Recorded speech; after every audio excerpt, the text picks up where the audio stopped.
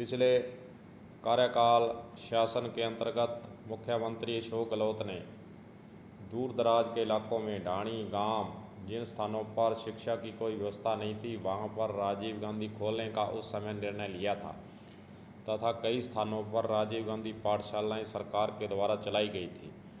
और उसके बाद शासन जैसे ही बदलता गया और बीजेपी सरकार राजस्थान के अंदर आई, उन्होंने कम नामांकन होने के नाम पर ऐसे कई विद्यालयों को पड़ोस के विद्यालयों के अंदर मर्ज कर दिया था, जिससे काफ़ी विद्यालय जो है बंद हो गए थे।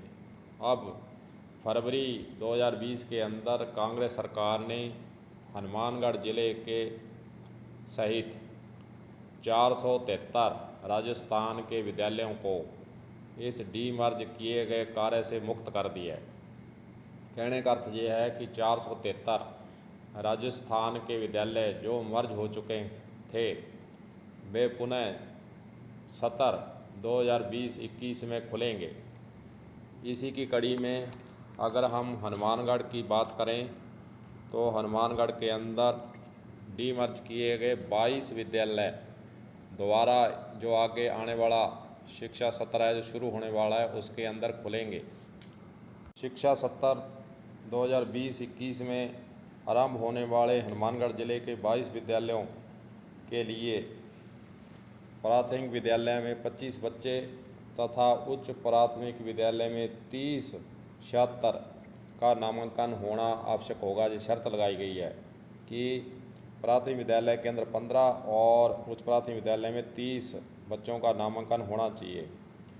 और पृथक से संचालित उच्च प्राथमिक विद्यालय जो शुरू होगा इस सत्र से कक्षा 1 से 5 तक शुरू किया जाएगा और आगामी सत्रों में क्रमशः 6ठी, 7वीं, 8वीं कक्षा प्रारंभ होगी।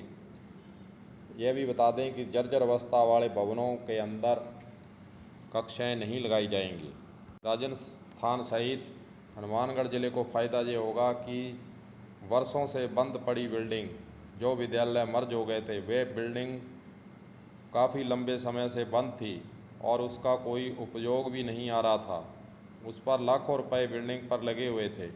अब सरकार ने इन विद्यालयों को चालू करने से कम हनुमानगढ़ ज़िले की 22 बिल्डिंग काम आ पाएंगी।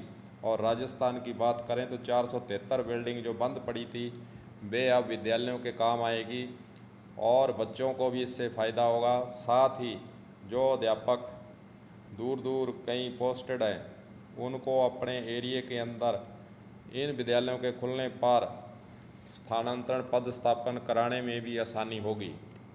काफ़ी लंबे समय से जनप्रतिनिधियों और जनता की ये मांग थी कि बंद किए गए विद्यालयों को खोला जाए। साथ ही जितने भी शिक्षक संघ राजस्थान में शिक्षकों के कल्याण के लिए काम कर रहे हैं उनकी भी यही मांग थी कि जो डीमर्ज किए गए विद्यालय हैं उनको पुनः संचालित किया जाए ताकि बच्चों को ज़्यादा दूरी पर शिक्षा ग्रहण करने के लिए नहीं जाना पड़े।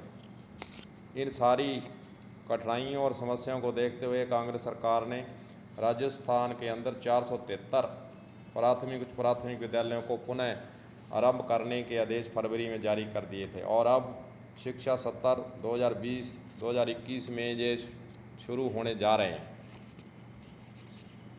इन विद्यालयों के शुरू होने से बच्चों को और अभिभावकों को और शिक्षकों को सभी को इसका लाभ प्राप्त होगा।